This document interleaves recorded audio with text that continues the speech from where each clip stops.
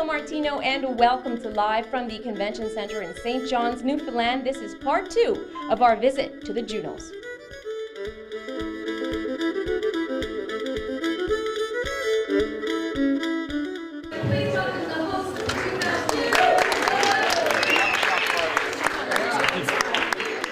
When I heard that the Junos were here, instead of Ontario or Vancouver, I jumped at the opportunity. You know, I was like, book my ticket now. Okay, I hate to bug you in your hotel. We found Maestro walking around his hotel, and we sat him down here because we want to talk to him. Tell us why you're here at the Junos. I'm here at the Junos because a friend of mine from Premier Group Product, Ruparel, got me a ticket. He said, yo, Stro, come through and represent. And I'm glad I'm here because, last night we saw the Swollen Members show, and it was an honor to see in Newfoundland. I mean, this is the first time it's been out here. I've been here before, once before, and, we had a good time.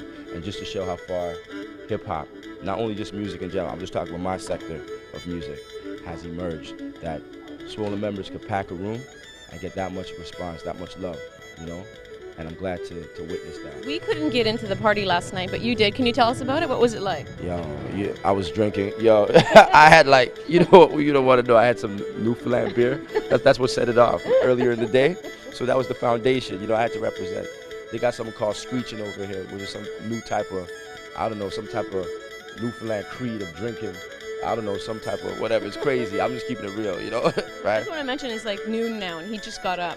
So if that's just give you an indication of but the party he was doing. For real, my body's still in Toronto time, so it's still early in Toronto. Don't even try that. In addition to checking out the Junos, we're also taking in the sights. We're at Signal Hill right now, and there's a lot of history to this part of St. John's. And while I can't tell you the history, we did speak to an expert.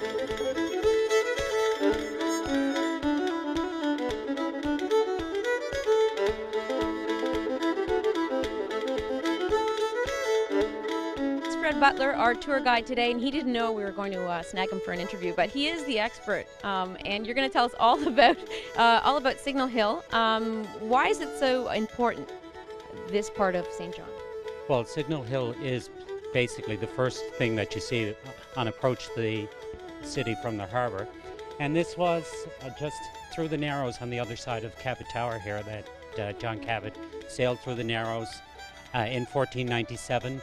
At least we're claiming he sailed through the Narrows here in 1497. 2, it's also the site of where Marconi received the first transatlantic message.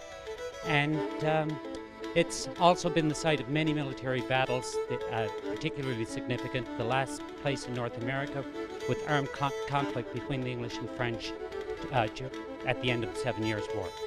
This area of St. John's is known as Middle Cove, and sources tell me this is where some of the members of Great Big Sea grew up. Not that I can find any of them around here, but I'm sure that they did grow up here.